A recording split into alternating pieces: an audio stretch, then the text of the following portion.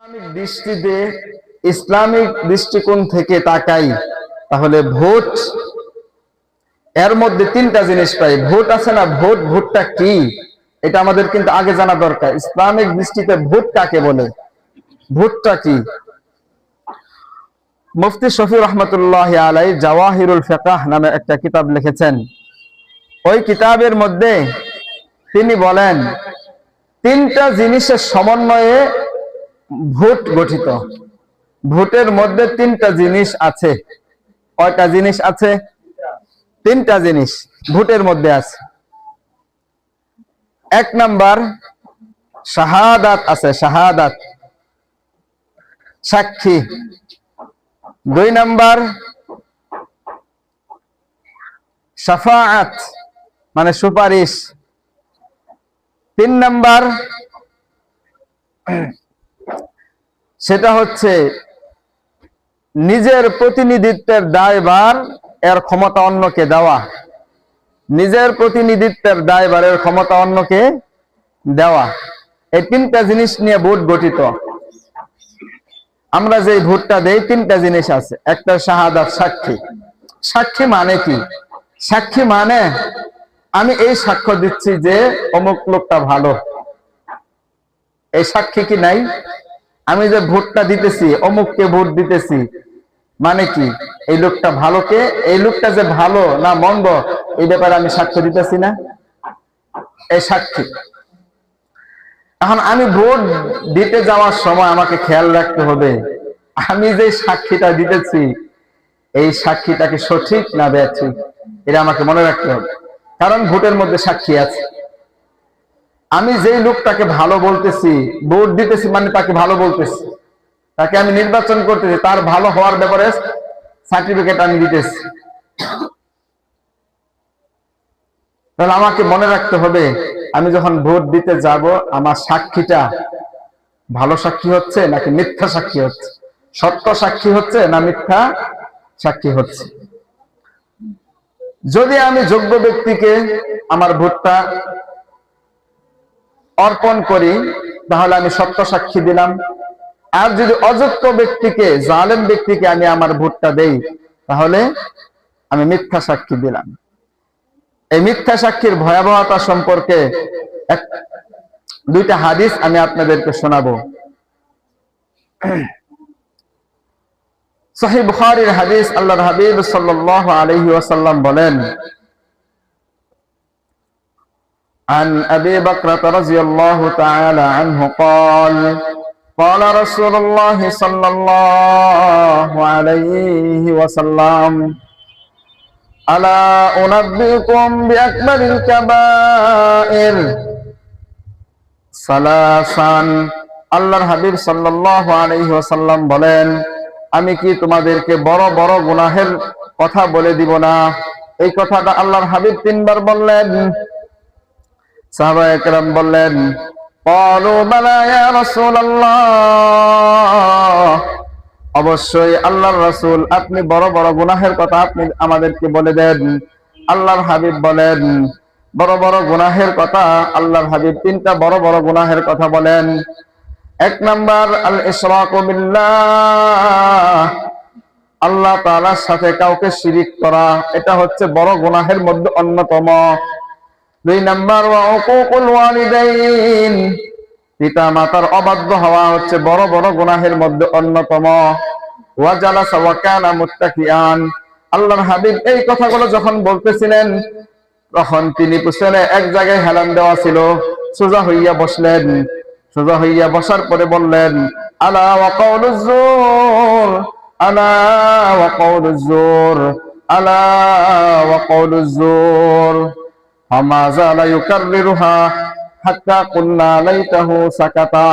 আল্লাহর হাবিব তিনবার বললেন, এমনকি বলতেই থাকলেন আলা ওয়া কাউলুজ জুর, মিথ্যা সাক্ষী দিবা না। আলা ওয়া কাউলুজ জুর, মিথ্যা সাক্ষী থেকে বিরত থাকো।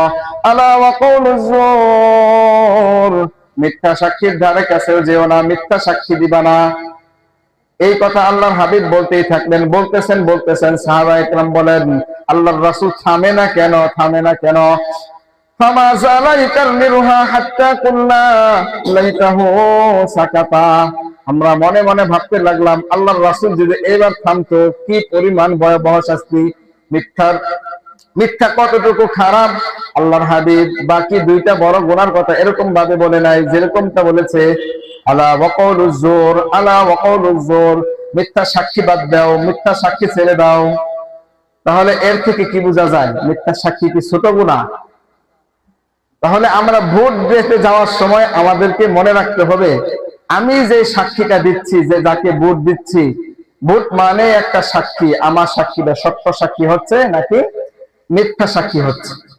2 নম্বর হাদিস, আল্লাহর হাবিব সাল্লাল্লাহু আলাইহি ওয়াসাল্লাম বলেন, ইয়া আইয়ুহান নাস, হে লোক সকল, উদিলাত শাহাদাতুজ জুর ইশরাকান বিল্লাহ ثم قرأ فاجتنبوا الرجس من الأوثان واجتنبوا قول الزور। আল্লাহর হাবিব সাল্লাল্লাহু আলাইহি ওয়াসাল্লাম বলেন, হে লোক সকল, তোমরা কি জানো উদিলাত শাহাদাতুজ জুর, মিথ্যা সাক্ষী দেওয়াটাকে ইশরাকান বিল্লাহি, আল্লাহ তাআলার সাথে শিরিক করার সমতুল্য বানাইয়া দেওয়া হয়েছে। আল্লাহ তাআলার সাথে কোনো কিছুকে শিরিক করলে যেই গুনাহ হয়, মিথ্যা সাক্ষী দিলে ওই রকম গুনাহই হয়। ছোট গুনাহ, খুব ছোট গুনাহ, শিরিকের পরিমাণ গুনাহ। তিরমিজি শরীফের হাদিস এটা, যে মিথ্যা সাক্ষী দেওয়া মানে আল্লাহ তাআলার সাথে শিরিকের করা এর সমতুল্য। আল্লামা মুবারকপুরী রাহমাতুল্লাহি আলাইহি বলেন যে মিথ্যা সাক্ষীটাকে শিরিকের সমতুল্য কেন বানানো হলো? উনি একটা মিল করে দিচ্ছেন যে দুইটার মধ্যে কোন দিক থেকে মিল, মিথ্যা সাক্ষী দেওয়া এবং শিরিকের মধ্যে কোন দিক থেকে মিল। উনি বলেন মিথ্যা সাক্ষী দেওয়া মানে কি এমন কথা বলা যেটা বাস্তবে পরিপন্থী। এরকমই তো মিথ্যা কথা, মিথ্যা সাক্ষী দেওয়া মানে কি এমন কথা বা কাজ করা যেটা বাস্তবের পরিপন্থী। শিরিক করাও এমন একটা কাজ, আল্লাহ তাআলার সাথে এমন জিনিসকে শিরিক করা যে শিরিকটা আল্লাহ তাআলার সাথে যায় না। মানে কি শিরিক করা মানে আল্লাহ তাআলার সাথে এমন সঙ্গী স্থাপন করা যারা মূলত আল্লাহ তাআলার সাথে কিনা সমকক্ষ না। যেমন দেব দেবী যারা শিরিক করে তারা তো ক্ষমতাবানই মনে করে না, মূলত কি তারা ক্ষমতাবান? দেব দেবী মূর্তি পূজা এগুলো তো কিনা ওইরকম আল্লাহর মতো ক্ষমতাবান, এদের ক্ষমতা আছে? নাই। তাহলে মিথ্যা বললে যেরকম বাস্তবতার বিপরীত করলো, শিরিক করলো মানে আল্লাহ তাআলার সাথে এমন জিনিসকে লাগাইলো যেগুলো বাস্তবতার বিপরীত। বুঝতে পারছেন কিনা? এই জন্য বলা হয়েছে মিথ্যা সাক্ষী দেওয়া এবং শিরিক করা দুইটার গুনাহ একই রকম। প্রখ্যাত হাদিস বিশারদ আল্লামা শামসুদ্দিন যাহাবী রাহমাতুল্লাহি আলাইহি বলেন, কেউ যদি মিথ্যা সাক্ষী দেয় তাহলে সে 4টা গুনাহ সমন্বয় করলো। মিথ্যা সাক্ষীর মধ্যে 4টা গুনাহ আছে। 1 নাম্বার, যে মিথ্যা সাক্ষী দিল সে নিজে মিথ্যা এবং অপবাদ দিল। 1 নাম্বার, অন্যের উপর কি দিল? অপবাদ দিল। 2 নাম্বার, মিথ্যা সাক্ষী দেওয়ার মাধ্যমে হালাল কাজটাকে হারাম করে নিল, হারাম করলো না। 3 নাম্বার, মিথ্যা সাক্ষী দেওয়ার মাধ্যমে যার বিপক্ষে সাক্ষী দিল তার উপর জুলুম করলো না। লোকটা ভালো, আমি তাকে তার বিপক্ষে সাক্ষী দিলাম, তার উপর জুলুম করলাম না আমি। 4 নাম্বার, যার পক্ষে সাক্ষী দিল তাকেও জুলুম করলো, তার উপরে জুলুম করলো। বিপক্ষে সাক্ষী দিলে তো জুলুম বোঝা যায়, পক্ষে সাক্ষী দিলে জুলুম কেমনে হয়? হ্যাঁ, জুলুম হয়। জুলুম হলো মানে কি লোকটা খারাপ, লোকটাকে আমি ভালো বললাম মানে তার খারাপ কাজের প্রতি আমি উৎসাহ বাড়াইয়া দিলাম না? খারাপ কাজের উৎসাহ তাকে বাড়াইয়া দিলাম, তাকে জাহান্নামের দিকে আগাইয়া দিলাম। তাকে জাহান্নামের দিকে আগাইয়া তার প্রতি আমি জুলুম করলাম নাকি ভালো করলাম? জুলুম করলাম না? তাহলে সে যার পক্ষে সাক্ষী দিবে তার প্রতিও জুলুম করা হইলো, যার বিপক্ষে সাক্ষী দিল তার প্রতিও কি জুলুম করা হলো। শামসুদ্দিন যাহাবী রাহমাতুল্লাহি আলাইহি বলেন, এই 4টা গুনার সমন্বয় হচ্ছে মিথ্যা সাক্ষী দেওয়া। একবার মিথ্যা সাক্ষী দিলেন মানে 4টা গুনার সমন্বয় করলেন।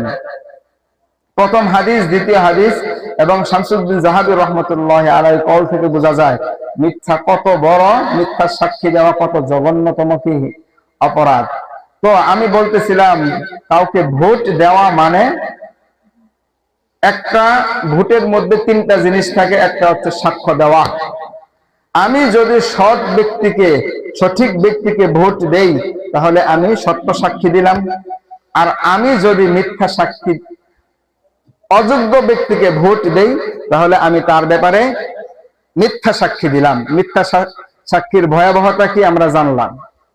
2 নাম্বার, ভোট দেওয়ার মধ্যে 2 নাম্বার আরেকটা জিনিস থাকে, সেটা হচ্ছে শাফাআত, সুপারিশ করা। সুপারিশ করা মানে ভোটের মধ্যে সুপারিশ থাকে। সুপারিশ মানে আমি কাউকে ভোট দিলাম, মানে আমি যদি কোনো যোগ্য ব্যক্তিকে ভোট দেই তাহলে যোগ্য ব্যক্তিকে ভোট দিয়ে আমি যোগ্য কাজে বসানোর চেষ্টা করলাম, সুপারিশ করলাম। আমার সুপারিশ ছাড়া তো হইতেছে না। প্রত্যেকটা ভোটার সুপারিশকারী, প্রত্যেকটা ভোটার এক একজন প্রার্থীর জন্য কি সুপারিশকারী। আমি যদি যোগ্য ব্যক্তিকে ভোট দিয়ে যোগ্য স্থানে বসাই তাহলে আমি তার জন্য কি করলাম, সুপারিশ করলাম। আর আমি যদি অযোগ্য ব্যক্তিকে ভোট দিয়ে ভালো জায়গায় বসাই, ক্ষমতার মসনদে বসাই, তাহলে এখানেও আমি কি করলাম, সুপারিশ করলাম, করলাম না। যদি আমি যোগ্য ব্যক্তিকে ভোট দিয়ে তার জন্য সুপারিশ করে যোগ্য জায়গায় বসাই তাহলে যোগ্য ব্যক্তি নির্বাচিত হয়ে যত ভালো কাজ করবে তার একটা অংশ আমি পাবো। আর খারাপ ব্যক্তিকে নির্বাচন করলে যত আকাম কুকাম করবে তার একটা অংশ আমি পাবো। আমার কথা না।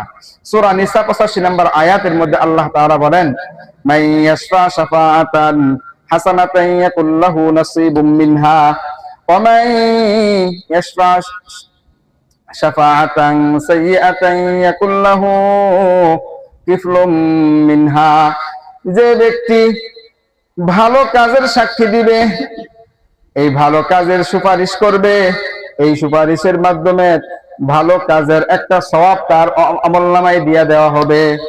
আর যে ব্যক্তি খারাপ কাজের সুপারিশ করবে তার আমলনামায় ওই খারাপ কাজের একটা অংশ লিখে দেওয়া হবে, কারণ সে খারাপ কাজের সুপারিশ করছে। তাহলে আমরা ভোট দিব মানে কি, সুপারিশ করব। এখন আপনার উপর দায়িত্ব, আপনি কার জন্য সুপারিশ করবেন, আপনি এটা নির্বাচন করবেন। অযোগ্য ব্যক্তিকে যদি আপনি কি দেন, সুপারিশ করেন, ভোট দেন, যত খারাপ কাজ করবে তার একটা অংশ আপনি পাইতে থাকবেন। সুপারিশ করা খুব ভালো একটা আমল, এটা আমলের মধ্যে ধরা হয় সুপারিশ। আল্লাহর হাবিব সাল্লাল্লাহু আলাইহি ওয়াসাল্লাম বিভিন্ন সময় বিভিন্ন মানুষের জন্য কি করেছেন, সুপারিশ করেছেন। সুপারিশ করলে আলাদা সওয়াব হয় সুপারিশ। এমনকি আবু দাউদের একটি বর্ণনার মধ্যে আছে, মুআবিয়া রাদিয়াল্লাহু তাআলা আনহু থেকে হাদিস বর্ণিত, عن معاوية رضي الله تعالى عنه قال اشفعوا تؤجروا। হযরত মুআবিয়া রাদিয়াল্লাহু তাআলা আনহু থেকে বর্ণিত, তিনি বলেন, ইশফাউ, তোমরা সুপারিশ করো, তুজারু, তাহলে তোমরা সওয়াব পাইবা। মুআবিয়া বলেন, ফাইন্নী লা উরিদুল আমরা ফাউআখিরুহু। আমি যখনই কোনো ভালো কাজ করার ইচ্ছা করি, কাজটা একটু দেরি কইরা করি। ভালো কাজ করতে চাইলেই ভালো কাজটা করে ফেলি না। কেন করি না? যখন আমি কোনো ভালো কাজ করার ইচ্ছা করি আমি অপেক্ষায় থাকি কোনো মানুষ যেন আমাকে বলে ভালো কাজটা করো, সুপারিশ করে আগ্রহ দেয়। এটা আমি কেন করি? কারণ আমি চাই কাইমা তাশফাউ তুজারু, আমি চাই যে তোমরা আমাকে ভালো কাজ করার প্রতি উৎসাহ দাও, আগ্রহ দাও, সুপারিশ করো। এর দ্বারা ভালো কাজ কইরা আমি সওয়াব পাবো, আর আমার জন্য সুপারিশ করে, ভালো কাজের জন্য সুপারিশ করে তোমরাও সওয়াব পাবা। ফাইন্না রাসূলুল্লাহি সাল্লাল্লাহু আলাইহি ওয়াসাল্লাম قال ইশফাউ তুজারু। কেননা আল্লাহর হাবিব সাল্লাল্লাহু আলাইহি ওয়াসাল্লাম তো বলেছেন, তোমরা সুপারিশ করো তাহলে তোমরা সওয়াব পাবা। তাহলে ভোট একটা সুপারিশ। আমরা যদি ভালো ব্যক্তিকে ভোট দেই তাহলে আমরা তাকে নির্বাচন করার জন্য, ভালো ব্যক্তিকে নির্বাচন করার জন্য কি করলাম, সুপারিশ করলাম। তো বলতেছিলাম ভোট এর মধ্যে 2-3টা অংশ থাকে। একটা অংশ হচ্ছে শাহাদাত, আমার সাক্ষীটা সত্য না মিথ্যা আমাকে নির্বাচন করতে হবে। 2 নাম্বার সুপারিশ, আমার সুপারিশটা কোন ব্যক্তির পক্ষে হইল এটাও আমাকে কি করতে হবে, চিন্তা ভাবনা করে ভোট দিতে হবে।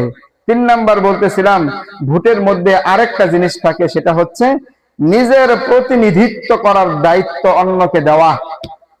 নিজের প্রতিনিধিত্বের ক্ষমতা অন্যকে কি করা? অর্পণ করা। আমি একজনকে ভোট দিলাম, মানে এই এলাকার এমপি বানানোর জন্য আমি তাকে আমাকে চালানোর প্রতিনিধি বানানোর ক্ষমতা তাকে দিলাম না। এটা খেয়াল রাখতে হবে ভোট দেওয়ার সময়। তাহলে আমরা আমাদের প্রতিনিধিত্বের দায়িত্ব কোন ব্যক্তিকে অর্পণ করব, এটা আমাদের দরকার না, জানা থাকা দরকার না? কোরআনে কারীমের মধ্যে এরকম কি আছে ঘটনা, এরকম বর্ণনা আছে যে কোন ব্যক্তিকে তুমি তোমার প্রতিনিধিত্বের ক্ষমতা দায়ভার ন্যস্ত করবে, এটা কোরআনের মধ্যে আছে। কোরআনে কারীমের মধ্যে একজন নবীর কথা আসছে, দাউদ আলাইহিস সালাতু ওয়াস সালাম। দাউদ আলাইহিস সালাতু ওয়াস সালামকে যেরকম নবী ছিলেন, ওইরকম ভাবে তার কওমের সম্প্রদায়ের তিনি কি ছিলেন? প্রতিনিধি, রাজাও ছিলেন, বাদশাহ সরকারও ছিলেন। দাউদ আলাইহিস সালাতু ওয়াস সালামকে আল্লাহ তাআলা প্রতিনিধি বানানোর পরে কি বলছেন? প্রতিনিধি তো হবা, তোমার ভিতরে ইনসাফ থাকতে হবে। এক নাম্বার, এমন ব্যক্তিকে আমরা কি দিব? ভোট দিব যার ভিতরে কি আছে? ন্যায় বিচার, ইনসাফ করার মন মানসিকতা আছে। কারণ ন্যায় বিচার, ইনসাফ, এটা আমাদের প্রতিনিধির কি হতে হবে? গুণ হতে হবে। কোরআনের শিক্ষা। আল্লাহ তাআলা দাউদ আলাইহিস সালাতু ওয়াস সালামকে বলেন, ইয়া দাউদ ইন্না জাআলনাকা খলিফাতান ফিল আরদ ফাহকুম বাইনান নাস বিল হক ওয়া লা তাত্তাবি'ল হাওয়া। হে দাউদ, আমি জমিনের মধ্যে আমি তোমাকে মানুষের প্রতিনিধি হিসেবে বানাইছি, সুতরাং তোমার কাজটা তুমি যাই না রাখো। ফাহকুম বাইনান নাস বিল হক, তোমাকে মানুষের মধ্যে ন্যায় বিচার প্রতিষ্ঠা করতে হবে। তুমি মানুষের মধ্যে ন্যায় ইনসাফ কায়েম করতে হবে। তো আমরা যাকে ভোট দিব, যাকে নির্বাচন করব, অবশ্যই তার মধ্যে ন্যায় বিচারের গুণটা থাকতে হবে। এমন যাতে না হয় শুধু নিজ দলের লোকদেরকে কি করে সহযোগিতা করে, আর অন্য দলের কি নাই, কোনো খোঁজ খবর নাই, এমন লোককে দেওয়া যাবে না। ইনসাফদার প্রতিনিধি আমাদেরকে নির্ধারণ করতে হবে। আমরা আমার একটা ভোট মানে আমি আমার ভবিষ্যৎ কি করলাম এখানে দিয়ে দিলাম। তাহলে এক নাম্বার ন্যায় বিচার, ন্যায় বিচারক হতে হবে। দুই নাম্বার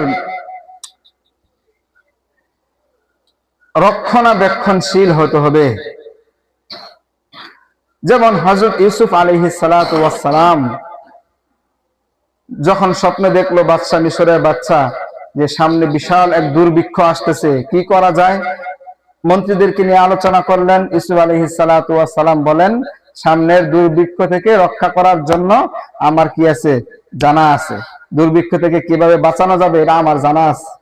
ইউসুফ আলাইহিস সালাতু ওয়াস সালাম আবদার করলেন, ইজআলনি আলা খাযাইনিল আরদ ইন্নী হাফিজুন আলীম। আপনি আমাকে, মিশরের বাদশাকে বলতেছে, আমাকে ধনভাণ্ডারের কাজে, ধনভাণ্ডারের নিরাপত্তার কাজে নিযুক্ত করুন, দায়িত্বে নিযুক্ত করুন, খাদ্য মন্ত্রী বানাইয়া দেন।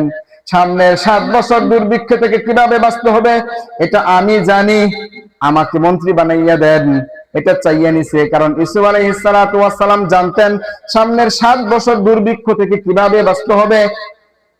ইউসুফ আলাইহিস সালাতু ওয়াস সালাম তার মধ্যে মন্ত্রী হওয়ার গুণ কি, এটাও কোরআনের মধ্যে বলা আছে, ইন্নী হাফিজুন, আমি হাফিজ, রক্ষণাবেক্ষণকারী, আমি রক্ষণাবেক্ষণশীল, আলিম, আরেকটা হচ্ছে আমি জ্ঞানী।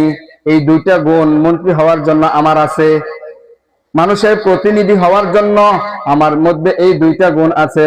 এক নাম্বার গুণ হচ্ছে হাফিজ, রাষ্ট্রীয় কোষাগারের টাকা আমি সংরক্ষণ করতে পারবো, রাষ্ট্রীয় ধনভাণ্ডারের সমস্ত সম্পদ আমি হেফাজত করতে পারবো, আমি সংরক্ষণ করতে পারবো। ইউসুফ আলাইহিস সালাতু ওয়াস সালাম উনি বলতেছেন, আমি হাফিজ, আমি রাষ্ট্রীয় কোষাগারের টাকা, রাষ্ট্রের সম্পদ, রাষ্ট্রের অর্থ করি সব হেফাজত করতে পারবো। এই গুণ আমার ভিতরে আছে, আমাকে রাষ্ট্রীয় কোষাগারের দায়িত্ব দিন। আলিম, 3 নাম্বার গুণ আলিম, আমার এই বিষয়ে পর্যাপ্ত লেখাপড়া আছে, পড়াশোনা আছে। রাষ্ট্রীয় কোষাগার থেকে কোন জায়গায় কত টাকা ব্যয় করতে হবে, কোন জায়গায় কত টাকা কোন জায়গা থেকে আয় করতে হবে এর হিসাব নিকাশ সবকিছু আমার জানা আছে। ইউসুফ আলাইহিস সালাতু ওয়াস সালাম একজন মন্ত্রীর গুণ কি কি হতে হবে নিজেই বইলা দিলেন।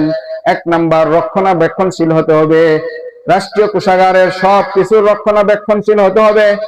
আলিম, এবং রাষ্ট্রের কোন টাকাটা কোন জায়গায় খরচ করতে হবে এবং কোন থেকে টাকা আয় করা লাগবে সবকিছু তার জানা থাকতে হবে। এরকম ব্যক্তিদেরকে আমাদেরকে ভোট দিতে হবে। ইউসুফ আলাইহিস সালাম যেরকম বলে দিয়েছেন এই দুই গুণ আমার ভিতরে আছে, সুতরাং আপনি আমাকে রাষ্ট্রীয় কাজে নিযুক্ত করুন। 1 নাম্বার গুণ ইনসাফগার হতে হবে, 2 নাম্বার রক্ষণাবেক্ষণশীল হতে হবে, 3 নাম্বার রাষ্ট্রীয় কাজে হিসাব নিকাশ পরিপূর্ণ শিক্ষা তার থাকতে হবে। 4 নাম্বার কি, মানুষের মাঝে মানুষদেরকে ঠিকঠাক ভাবে চালানোর কি থাকতে হবে, যোগ্যতা থাকতে হবে। মুসা আলাইহিস সালাতু ওয়াস সালাম যখন তুর পাহাড়ে গেলেন তখন তার ভাই হারুনকে কি করলেন, প্রতিনিধি বানাইয়া দিয়ে গেলেন যে আমি তো এখন যাচ্ছি 40 দিনের জন্য, আমার ভাই হারুনকে আমি কি করলাম, এই মানুষদের প্রতিনিধি বানিয়ে গেলাম, সরকার নেতা বানিয়ে দিলাম, 40 দিনের নেতা। মুসা আলাইহিস সালাতু ওয়াস সালাম বলেন উখলুফনি ফি কওমি, তুমি আমার সম্প্রদায়ের মাঝে আমার লোকদের তুমি কি হয়ে যাও, আমার স্থলাভিষিক্ত হইয়া যাও। ওয়া আসলিহ বাইনান নাস ওয়া লা তাত্তাবি' সাবিলাল মুফসিদিন, তোমাকে আমি প্রতিনিধি বানাইয়া গেলাম, মানুষদের প্রতিনিধি বানাইয়া গেলাম, সুতরাং তোমার মধ্যে 2টা গুণ থাকতে হবে। 1 নাম্বার আসলিহ বাইনান নাস ওয়া লা তাত্তাবি' সাবিলাল মুফসিদিন, মানুষদেরকে ঠিকঠাক ভাবে পরিচালনা তোমাকে করতে হবে।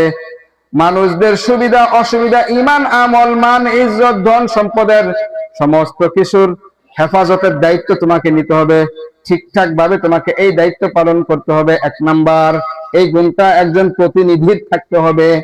2 নাম্বার ওয়ালা তাত্তাবি' সাবিলাল মুফসিদিন, একটা রাষ্ট্রের মধ্যে কিছু মানুষ এমন থাকে সব সময় দাঙ্গা হাঙ্গামা করার চিন্তা ভাবনা করে, এরকম পরিস্থিতিতে দাঙ্গা হাঙ্গামা গুলোকে তোমাকে নিয়ন্ত্রণ করতে হবে। ওয়ালা তাত্তাবি' সাবিলাল মুফসিদিন, যারা দাঙ্গা হাঙ্গামা করবে তাদের পথে চলা যাবে না। মুসা আলাইহিস সালাম তার ভাই হারুনকে এই শিক্ষা দিয়ে গেলেন। কখন, প্রতিনিধি বানানোর পরে। তাহলে এই 5টা গুণ একজন প্রতিনিধির থাকতে হবে। 1 নাম্বার গুণ ইনসাফগার হতে হবে, 2 নাম্বার গুণ হাফিজ, রাষ্ট্রীয় সম্পদের হেফাজতকারী হতে হবে, 3 নাম্বার রাষ্ট্রীয় সম্পদের কত টাকা ব্যয় হইলো, কোন জায়গায় ব্যয় হবে, কোন জায়গায় খরচ হবে, হিসাব নিকাশ যাবতীয় ক্ষমতা জ্ঞান তার ভিতরে থাকতে হবে। 4 নাম্বার মানুষদেরকে ঠিকঠাক ভাবে মানুষদের ঈমান আমল নিয়ে চলার জন্য যা যা করা লাগে তাদেরকে চালানোর জন্য সবকিছু তোমাকে করতে হবে। 4 নাম্বার রাষ্ট্রের মধ্যে যত বিশৃঙ্খলা থাকবে এগুলোকে প্রতিহত করা, সুন্দরভাবে প্রতিহত করার ক্ষমতা তোমার ভিতরে থাকতে হবে। তাহলে একজন রাষ্ট্রের প্রতিনিধির কি কি গুণ থাকতে হবে কোরআনের মধ্যে দেওয়া নাই, দেওয়া আছে, আরো অনেক কথা এখানে আছে। একজন প্রতিনিধি, রাষ্ট্রের একজন প্রতিনিধির কি কি গুণ থাকতে হবে কোরআনে কারীমের মধ্যে স্পষ্ট ভাষায় দেওয়া আছে। তাহলে আমি বলতেছিলাম ভোট, আমরা যেই আমাদের মূল্যবান ভোটটা কাকে অর্পণ করব, তো আমরা জানতে পারলাম ভোটের মধ্যে 3টা অংশ থাকে। একটা হচ্ছে সাক্ষী, 2টা হচ্ছে শাফাআত সুপারিশ, আরেকটা হচ্ছে 3 নাম্বার হচ্ছে প্রতিনিধিত্বের দায়িত্ব অন্যকে অর্পণ করা।